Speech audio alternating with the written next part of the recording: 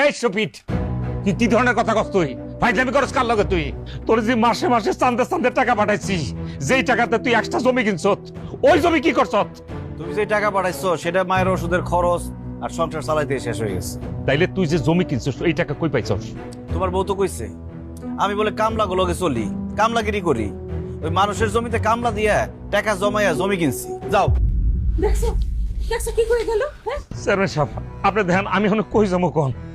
আমি কোন জায়গায় যাবো? আমি কাগজ লগে এত কিছু করছি, দেখেন কত বড় বেইমানি কথাবার্তা কইতেছে আমার লগে। তুমি কার লগে কি কথা কইতেছো? হ্যাঁ, তোমার ভাই নিজের মুখে কইয়া গেছে সে তোমার টাকা দিয়া জমি কিনছে, সব জমি তার নিজের নামে কিনছে। এখনো বাইরে বিশ্বাস করতেছো? এখনো বুঝতে পারতেছো না সে যে তোমার ঠকাইছে? আম্মা, আপনি এখনো চুপ করে থাকবেন, কিছুই করবেন না? আপনার ছোট পোলা আপনার বড় পোলারে ঠকাইছে, সে যে এত কষ্ট করে রক্ত পানি কইরা সম্পত্তি করছে, সব সম্পত্তি সে নিজের নামে নিছে, আর আপনি কিছুই করবেন না? এতক্ষণে তোমাকে মনে পড়লো যে আমারও তোমাদের দরকার। আমি কোনো পোলারই কিছু বলবো না, আমার দুই পোলাই আমার কাছে সমান।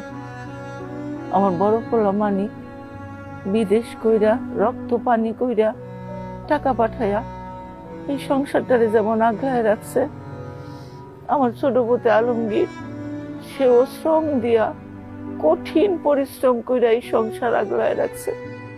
মানি তুই কি ভুলে গেছস? আলমগীরের এসএসসি পরীক্ষার সময় আমার বিরাট বড় একটা অসুখ হইল, তুই টাকা পাঠাইলি, কিন্তু ও তো এসএসসি পরীক্ষা দিতে পারে নাই। আমার সেবা যত্ন কইরা ঢাকায় অপারেশন কইরা বাড়িতে নিয়ে আসছে। ওর পড়াশোনাটা আর হইল না, খেতে খাবারে কাজ কইরা তোর পাঠানো টাকা যজ্ঞের ধনের মতো আগলায় রাখছে।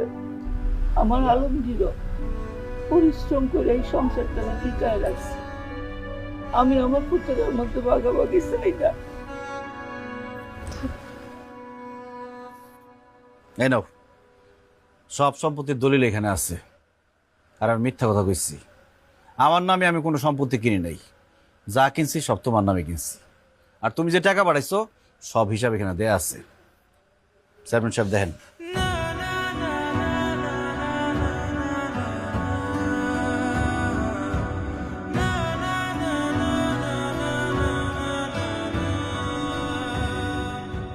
মানিক, তুমি আসলে আলমগীরে ভুল বুঝছো। আলমগীর ওইরকম ছেলে না। আলমগীর মতো সৎ ভালো আমগো গ্রামে না, খালি আশেপাশে 10টা গ্রামেও তুমি খুঁজে পাইবা না। এরম ভাই ভাইতে ভাগ্য লাগে। তুমি যে টাকা পাঠাইছো, হ্যাঁ যদি ইচ্ছা করতো বেমানি করে তোমার ঠকাইয়া নিজের নামে জমি রাখতে পারতো, কিন্তু সে তা করে নাই। তোমার নামে সমস্ত সম্পত্তি রাখছে। আমি সাক্ষী, আমি সব কিছু জানি। একটা কথা কই তোমারে, তোমার ভাই আলমগীর তো তোমারে ঠকায় নাই, তুমি আলমগীরে ঠকাইও না। মানিক, তোমার ভাই আলমগীর এই যে তোমার দলিল বুঝাই দিচ্ছে, এখানে সব লেখা আছে। আমার মনে হয় তোমাদের মধ্যে একটা ভুল বোঝাবুঝি হয়েছে। তো এটা যদি একটা ভুল বোঝাবুঝির ব্যাপার, এটা পারিবারিকভাবে তোমরা সমাধান করে, এটাই আমি চাই।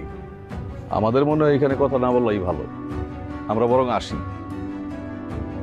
চলেন আমরা সবাই তাহলে যাই। চেয়ারম্যান সাহেব ওকে, থাকো। থাকেন আপনারা, ভালো থাকেন।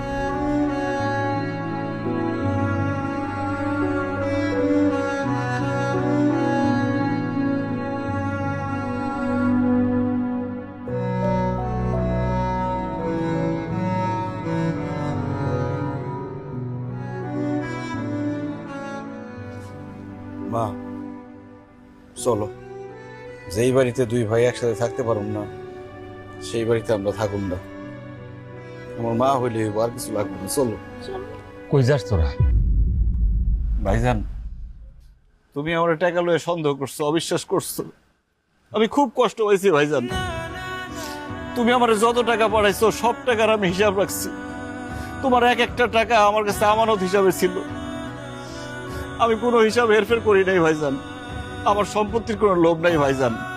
আমি জীবনে কোনোদিন আমার বাপের ভিটার ভাগ নিতে আসুম না, কিন্তু তুমি যে আমার অবিশ্বাস করছো, আমি খুব কষ্ট হয়েছি। আমি তো এটা চাই না রে ভাই, তুই আমার নামে খালি জমি রাখছ কিনলি গা, আমি তো টাকা পাঠাই কইছি, তোর আর আমার নামে রাখ।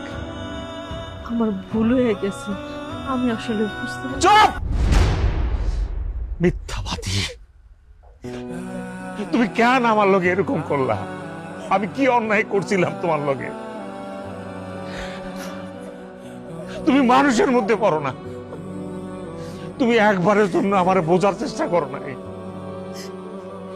আমি খাইটা খাওয়া একজন মানুষ, আমি যে প্রবাস জীবন কাটাইতেছি, আমি শরীরের রক্ত পানি করার টাকা দিয়া আমি সুখ খুঁজে বেড়াই, আমি তো এরকম একটা মানুষ।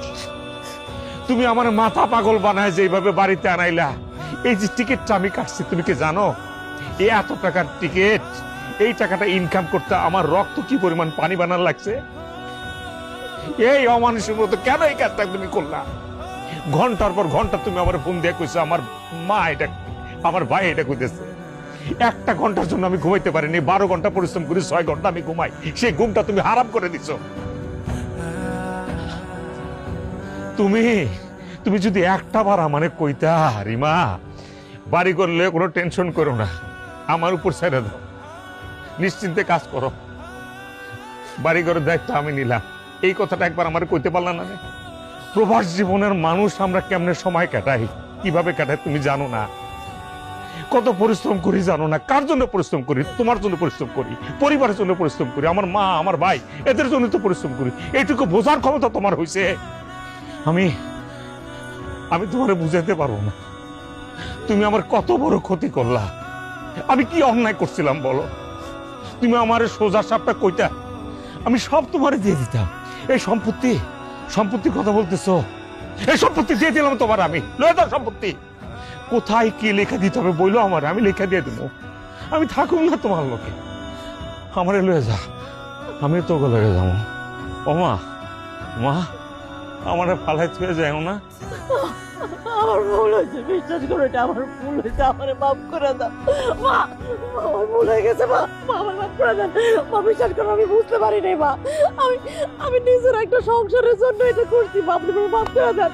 আলোকিত ভাই, তুমি আমার ছোট ভাই না, বড় ভাবে ভুল করতে, মাফ করে দাও আমারে, আমি বুঝি নাই, আমি আমার মাথা খারাপ হয়ে গেছে, এটা করছি, আপনি আমার মাফ করে দেন মা।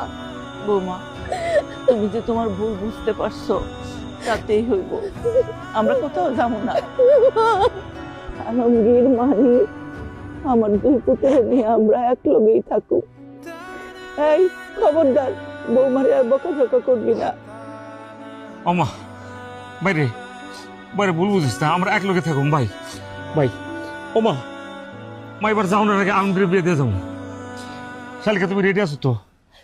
আর কোনো দেরি নেই মা।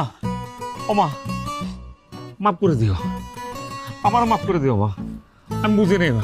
ভাই আমার ভুল বুঝিস না।